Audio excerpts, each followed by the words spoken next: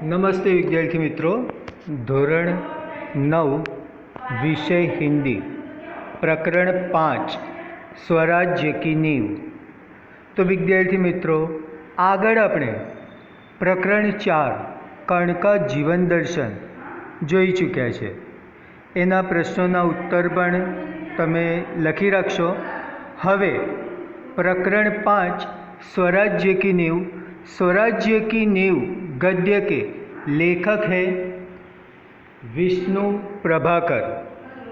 तो सौथी पहला आपणे लेखक परिचय केळवी लईए। विष्णु प्रभाकर का जन्म मुजफ्फरपुर जिले के मीरनपुर गांव में हुआ था। तो लेखक विष्णु प्रभाकरનો जन्म मुजफ्फरपुर जिल्लाना गोरखपुर गामમાં થયો હતો। इन्होंने प्राथमिक शिक्षा अपने गांव में और उच्च शिक्षा हिसार में प्राप्त की थी। तो एमणे પોતાનું प्रारंभिक शिक्षण પોતાના ગામમાં અને જે ઉચ્ચ शिक्षण મેળવવાનું હોય એ हिसाરમાં मेळव्યું હતું। कई वर्षों तक पंजाब सरकार की सेवा करने के बाद सन 1994 से ये दिल्ली आ गए। तो लेखक कई वर्षों तक पंजाब सरकार की सेवा की और उसके बाद 1974 से दिल्ली आ गए और तब से दिल्ली रहकर पूर्ण समय के लिए साहित्य सेवा में लगे हैं। आपने कहानी, उपन्यास, जीवनी, नाटक, एकांकी, संस्मरण और रेखाचित्र आदि विषयों आदि विद्याओं में पर्याप्त मात्रा में लिखा है। आपकी प्रमुख रचनाएं ढलती रात, स्वप्नमयी, संघर्ष के बाद, कहानी संग्रह, नवप्रभात, डॉक्टर, नाटक प्रकाश और परछाइयाँ, 12 एकांकी, अशोक एकांकी संग्रह, जाने अनजाने, संस्मरण और रेखाचित्र, आवारा मसीहा, शरद चंद्र की जीवनी आदि है। तो लेखक विष्णु प्रभाकरे मुख्य रीते अनेक रचनाओं रची है, जेमा ढळती रात, स्वप्नमयी, संघर्ष के बाद, 12 एकांकी, प्रकाश अने परछायो, डॉक्टर, नवप्रभात, आवारा मसीहा वगैरेनो समावेश थाय छे। विष्णु प्रभाकर की रचनाओं में प्रारंभ से ही स्वदेश प्रेम व राष्ट्रीय चेतना और समाज सुधार का स्वर प्रमुख रहा है। तो लेखक विष्णु प्रभाकर जी नी विशेषता जे छे कि तेओए शरूआतथी ज पोतानी रचनाओं स्वदेश प्रेम, राष्ट्रीय चेतना अने समाज सुधारना विषयों ज पसंद कर्या था। अने उस प्राप्ति के बाद आपने आकाशवाणी के दिल्ली केंद्र में नाटक निर्देशक के पद पर भी काम किया। आ उपरांत तेमणे आकाशवाणीना दिल्ली केंद्र पर नाटकना निर्देशक ना पद पर काम कर्યું। बाद में स्वतंत्र लेखन को अपनी जीविका का साधन बना लिया। त्यार पछी स्वतंत्र लेखन ने पोताना गुजराननु साधन, जीविका एटले पोतानु गुजराननु साधन बनाव्યું। आपका समस्त साहित्य मानवीय अनुभूतियों से जुड़ा हुआ है। तो लेखक विष्णु प्रभाकरनु बधुं ज साहित्य मानवीय लागणीओ अने मानवीय अनुभव थी जोड़ायेलुं छे। आपकी रचनाओं में रोचक कथा एवं संवेदनशीलता સર્વત્ર વ્યાપ્ત है। તો લેખક જે પણ કંઈ રચનાઓ કરતા એમાં રોચકતા અને સંવેદનશીલતા એટલે લાગણીશીલતા આપણે જોઈ શકીએ છીએ। प्रस्तुत एकांकी स्वराज्य की नींव में प्रथम स्वतंत्रता संग्राम 1857 में लक्ष्मीबाई के त्याग और संघर्ष का वर्णन किया गया है। स्वराज्य की नींव रखने में स्त्रियों को भी महत्वपूर्ण भूमिका रही है। प्रस्तुत एकांकी के पात्र स्वराज्य की नींव के पत्थर है।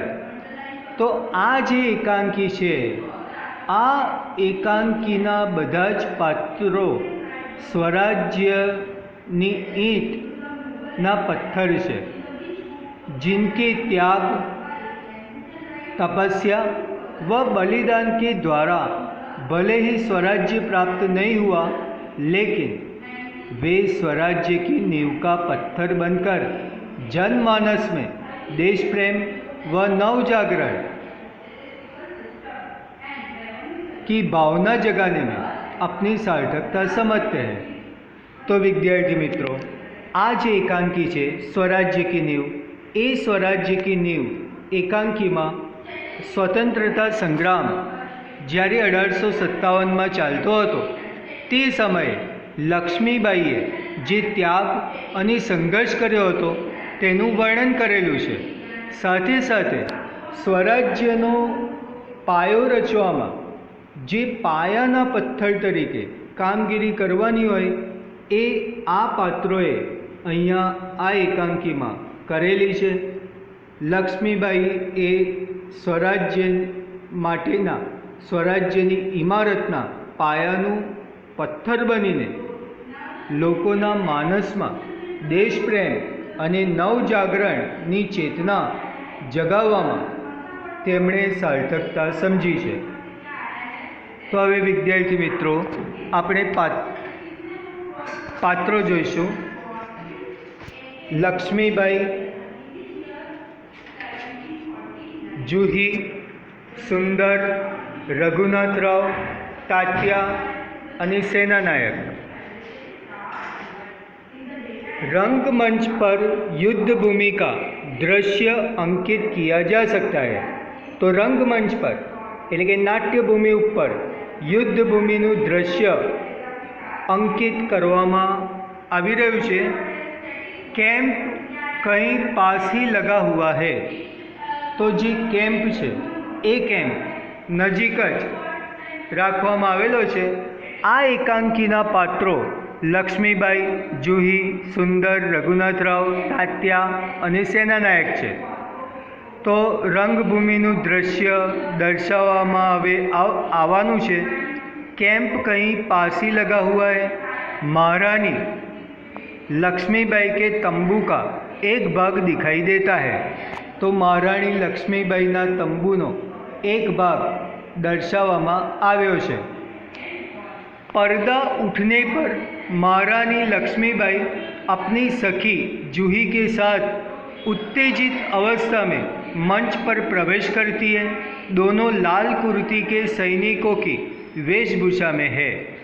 तो आज एकांकी અહીં દર્શાવવામાં આવ્યું છે તેમાં રંગમંચ ઉપર રાણી લક્ષ્મીબાઈ અને તેમની સખી જૂહી લાલ કુર્તીમાં સૈનિકોની વેશભૂષામાં દર્શાવવામાં આવ્યા છે।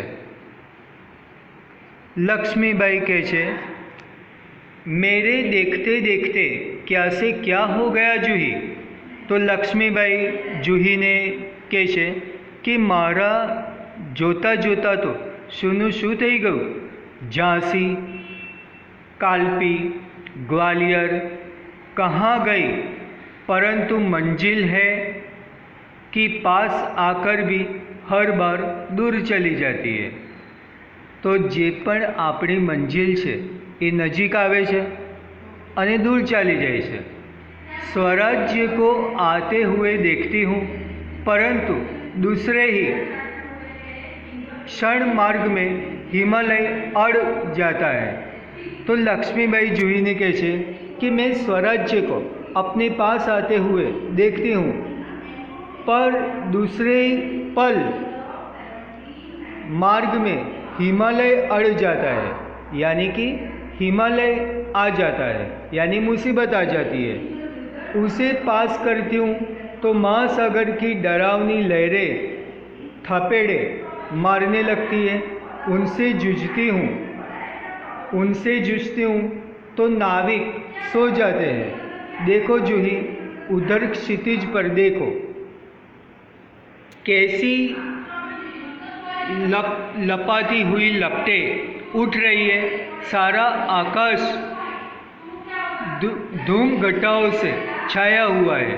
प्रलय की भूमिका है, लेकिन राव साहब है कि रक्तमंडल की छाया में ऐशो आराम में मशगूल है।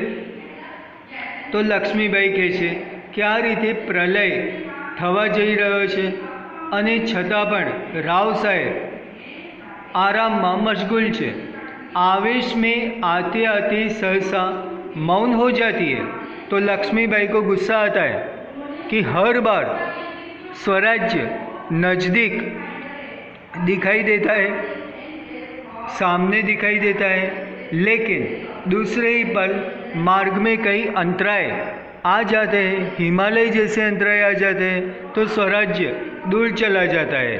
ऐसी प्रलय भरी स्थिति में राव साहेब आराम कर रहे हैं। तो सारा आकाश धूम घटाओं से छाया हुआ है। प्रलय की भूमिका है, लेकिन राव साहेब है कि रक्तमंडल की छाया में ऐशो आराम में मशगूल है। आवेश में आते आते सहसा मौन हो जाती है। जूही कुछ कहने के लिए मुंह खोलती है कि महारानी फिर बोल उठती है, जूही जूही, मैंने प्रतिज्ञा की थी कि मैं अपनी झांसी नहीं दूंगी, लेकिन झांसी हाथ से निकल गई। जूही सहसा तीव्र होकर, नहीं, झांसी हाथ से नहीं निकली, मैं अपनी झांसी नहीं दूंगी। मैं अकेली हूँ, लेकिन उससे क्या, मैं अकेले ही झांसी लेकर रहूँगी। तो रानी लक्ष्मीबाई પોતાની સખી જુહીને કહે છે કે હું કોઈ પણ સંજોગોમાં મારું ઝાંસી નહીં જવા દઉં, ઝાંસીની હું રક્ષા કરીશ। जूही કહે છે, कौन कहता है आप अकेली है महारानी, आप तो गीता पढ़ती है। लक्ष्मीबाई ने कहा, मैं निराश नहीं हूँ निराश नहीं, मैं जानती हूँ कि मैं झांसी लेकर रहूँगी, लेकिन क्या तुम नहीं जानती कि उस दिन बाबा गंगादास ने मुझसे क्या कहा था? जब तक हमारे समाज में छुआछूत और ऊंच नीच का भेद नहीं मिटता, जब तक हम विलास प्रियता को छोड़कर जन सेवक नहीं बन जाते, तब तक स्वराज्य नहीं मिल सकता। तो लक्ष्मीबाई जणावे છે કે પોતે નિરાશ તો નથી જ, પણ પોતે જાણે છે કે તે ઝાંસી લઈને જ રહેશે। પણ તું નથી જાણતી કે એ દિવસે બાબા ગંગાદાસે શું કહ્યું હતું કે જ્યાં સુધી આપણા સમાજમાં છૂઆછૂત એટલે કે छूत अछूतना भेदभाव है, ऊंच नीच का भेद नहीं मिट जाता, ज्यां सुधी ऊंच नीचना भेदभाव नहीं दूर थता, जब तक हम विलास प्रियता को छोड़कर जन सेवक नहीं बन जाते, ज्यां सुधी अपने विलास प्रियता छोड़ीने साचा जन सेवक नहीं बनी सकता, त्यां सुधी वह मिल सकता है केवल सेवा, तपस्या और बलिदान से। तो जब तक हम विलास प्रियता को छोड़कर जन सेवक नहीं बन जाते, तब तक स्वराज्य नहीं मिल सकता। स्वराज्य तभी मिल सकता है जब केवल सेवा, तपस्या और बलिदान से। तो लक्ष्मीबाई माने છે કે વિલાસપ્રિયતા છોડીને માત્ર ને માત્ર સેવા, તપસ્યા અને બલિદાન આપવાનો સમય આવી ગયો છે। जूही के छे लेकिन महारानी उन्होंने यह भी तो कहा था कि स्वराज्य प्राप्ति से बढ़कर है स्वराज्य की स्थापना के लिए भूमि तैयार करना, स्वराज्य की नींव का पत्थर बनना। तो आ रीते अहीं आगळ स्वराज्य की नींव में राणी लक्ष्मीबाई माने छे के पोते स्वराज्य मेळवीने रहेशे, कारण झांसी कोईपण संजोगों ते छोड़शे नहीं। अने तेथी ज ते माने छे कि राव साहेब जे विलासप्रियता में डूबेला है ए विलासप्रियता दूर करवामां आवे तो ज त्याग, बलिदान अने सेवाथी ज स्वराज्य मळी शकशे। तो जूही कहे छे कि महाराणी एमणे ए पण कह्युं हतुं कि स्वराज्य प्राप्तिनी साथे साथे स्वराज्य मेळववा माटे जे इमारतनो पायो तैयार करवामां आवे, आ पाया माटेनी जो भूमि पण बनवामां आवशे तो पण ते खूब ज योग्य रहेशे। अने आ बाबत जूही लक्ष्मीबाई ने समझावे छे। लक्ष्मीबाई माने छे के इतिहास में पोते त्याग अने बलिदान द्वारा ज पोताना देशનું रक्षण करी शकशे। अने आ रीते ते पोते राणी लक्ष्मीबाई पोते पोतानी वीरता दर्शावती सखी जूही ने आ अंगे जणावे छे।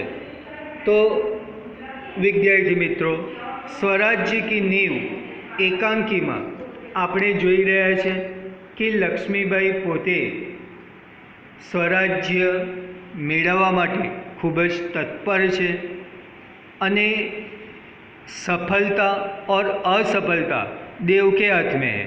तो जूही कहे छे कि सफलता अने निष्फलता ए तो भगवानना हाथमां छे, पण स्वराज्य मेळववा माटेनी जे इमारत छे आ इमारतनो आपणे पत्थर बनीशुं तो पण ए योग्य छे।